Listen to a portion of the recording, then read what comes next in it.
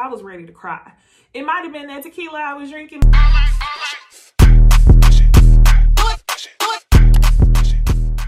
Hey y'all, it's NeceyDixon. Welcome back to my YouTube channel. If you are new here, welcome. Y'all, if you're returning, shout out to y'all for being able to endure this season of Real Housewives of Atlanta.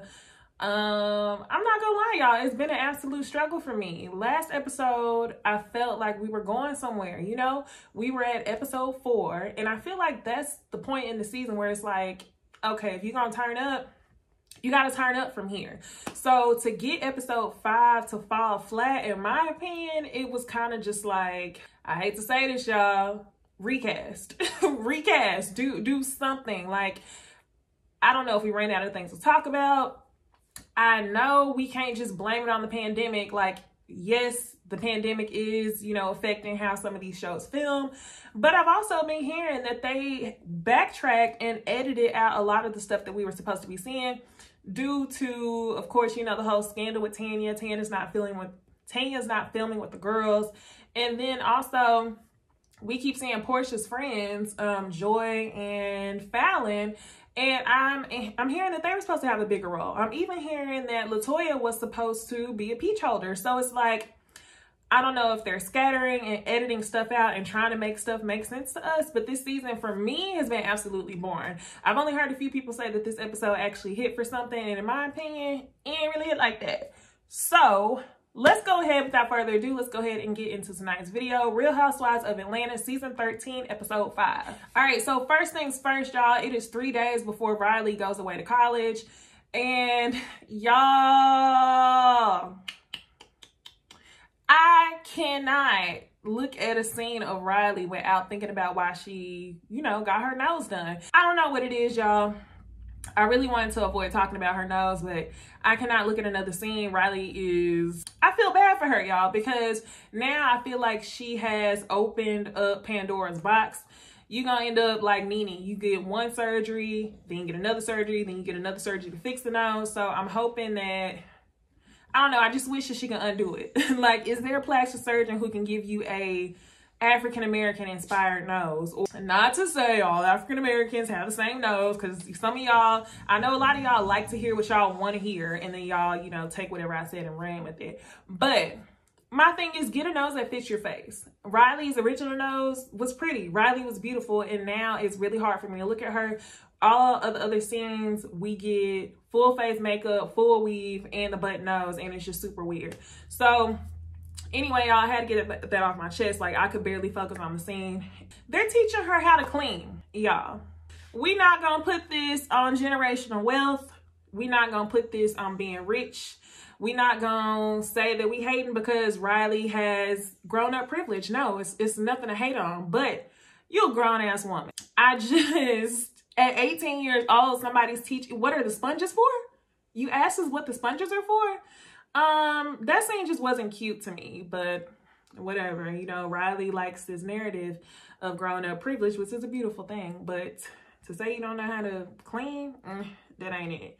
Anyway, y'all, the other thing, before I even have to get back to Riley, let's go ahead and talk about her in completion. Whenever they show her getting ready to go to college, y'all, I ain't gonna lie, if it was not for baby Ace, I would have been straight facing the fuck out of that scene. I'm not gonna lie to y'all, when I seen that scene, all the scenes of baby Riley from the beginning all the way until now, and then Ace crying about not being able to help his sister, literally, y'all, I was ready to cry. It might have been that tequila I was drinking, because whenever I watch these TV shows, and, you know, whenever I do my little panels, I like to have something to sip on. Especially Real Housewives of Atlanta, because that hoe is a snooze fest.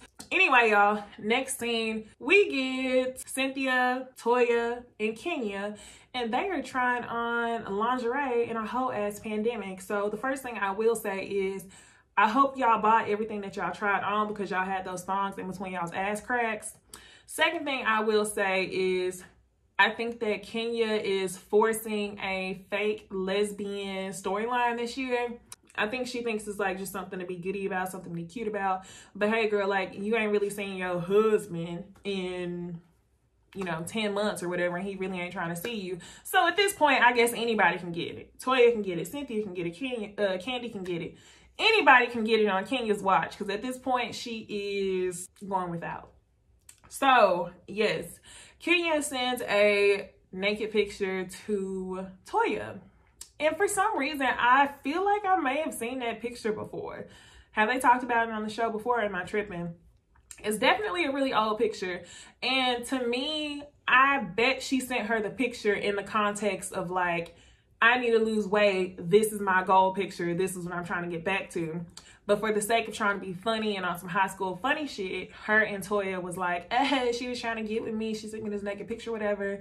Cynthia trying to play like she ain't in her feelings. She really is in her feelings.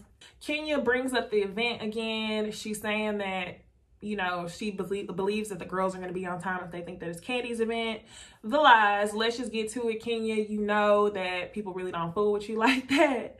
So that's why you're using Kandi as a scapegoat. Next, y'all, the other thing I thought was hilarious was that Cynthia truly and honestly believes that they are meeting Joe Biden. So that was just really funny to me. It's actually cute, and it was the comic relief of the episode, besides Porsha and Kandi singing. So before we get into that, let's go ahead and talk about Porsha. Porsha is coming out with a book. And when I heard that, I said, a book? Okay. Shout out to the character growth, okay? Lauren and Porsha's mom are at her house, and Lauren brings up how she kind of feels bad now about uninviting Kenya, because now she found out that Kenya got baby Pilar a super cute gift. And Porsha's like, girl, don't worry about that. Y'all, it's kind of confusing. Y'all got to tell me y'all's thoughts on this. A lot of people are holding Porsha accountable for the demise of her friendship with Kenya, because if y'all remember last season when they both had their babies, they was up there crying and they decided to hash it out, right? So people were saying, Porsha, why do you continue to kind of like have y'all's relationship, you know, on the fence all the time? And part of me, or actually I would say like 99% of the way I feel about it, is when you really just don't fuck with somebody, you just don't really fuck with somebody. And I think that Porsha just really ain't trying to fake the funk. I think Lauren knows that that's what it is, which is why she didn't really invite her. And for that reason, like, I understand, don't invite Kenya.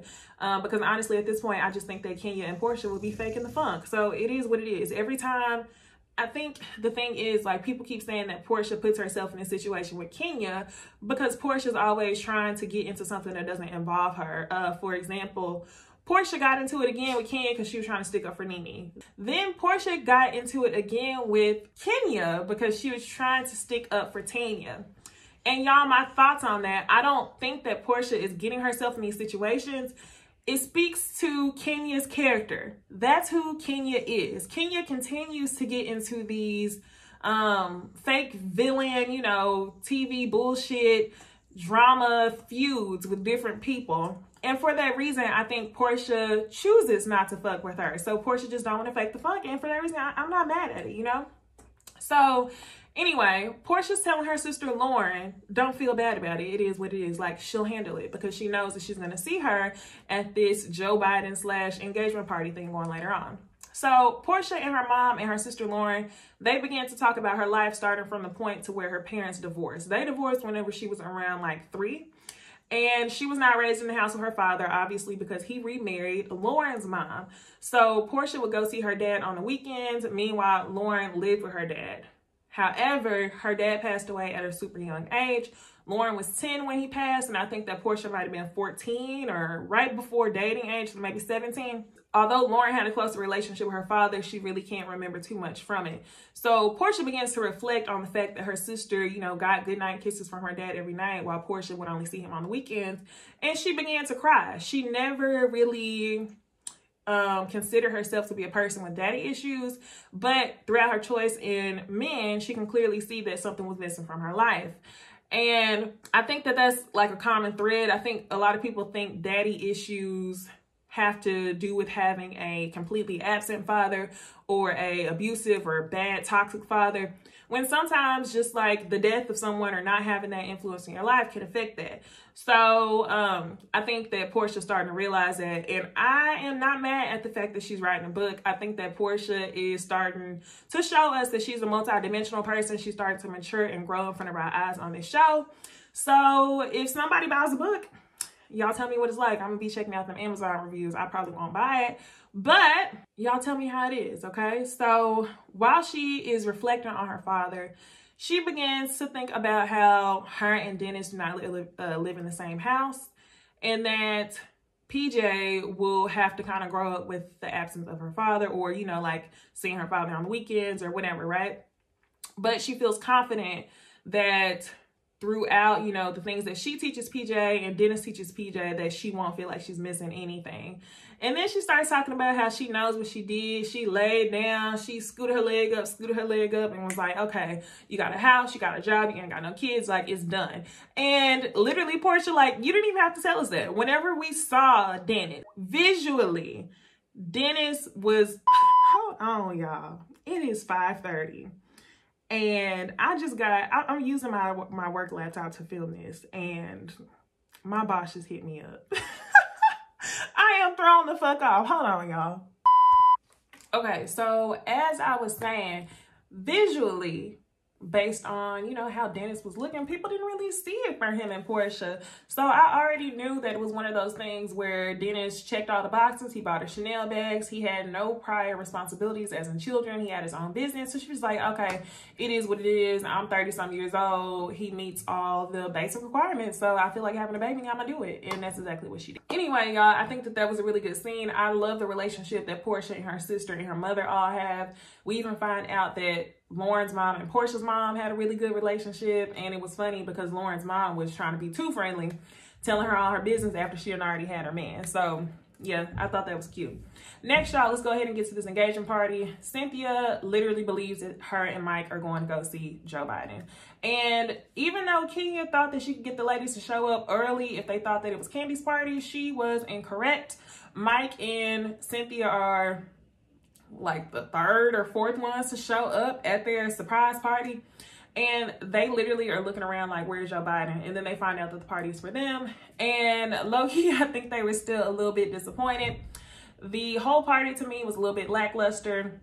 I understand it's a COVID event, and you know, you have to keep the crowds to a minimum, but even like, I don't know, just the surprise thing wasn't even there. Everybody was just kind of standing around their phones. There was no surprise. Everything was just flat.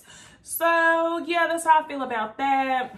Kandi is giving us, you know, a singing performance, y'all. I am one of those people that is team, I'd rather just see Kandi write songs. I don't want to hear Kandi sing, but I ain't gonna lie, y'all, this is the best I have ever heard Kandi sing on Real Housewives of Atlanta. She wasn't giving us Fly Above. She wasn't giving us that, y'all. I mean, she sung pretty good. Then you had Porsha on the mic. It was real cute. Let's go ahead and get into this sit down. Kenya, Messy Boots, whatever Mark's last name is. Kenya decides to use the time, you know, to address Porsha about her sister not inviting her. And Porsha basically says, well, no one knows where we are. And Kenya says, okay, so let's just blame it on Lauren. You know, they get a little feisty, but it is what it is. Like, I really don't have anything to say about that. It was boring. The other thing, Cynthia asked Kenya and Kandi to be her bridesmaids. She was originally not going to have bridesmaids.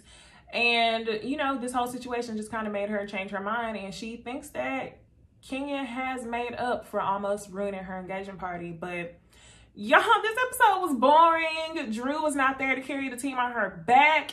So y'all, I mean, let me know if I missed anything. Comment below. But I think that's all I have for Real Housewives of Atlanta. Y'all tell me what y'all think about tonight's episode.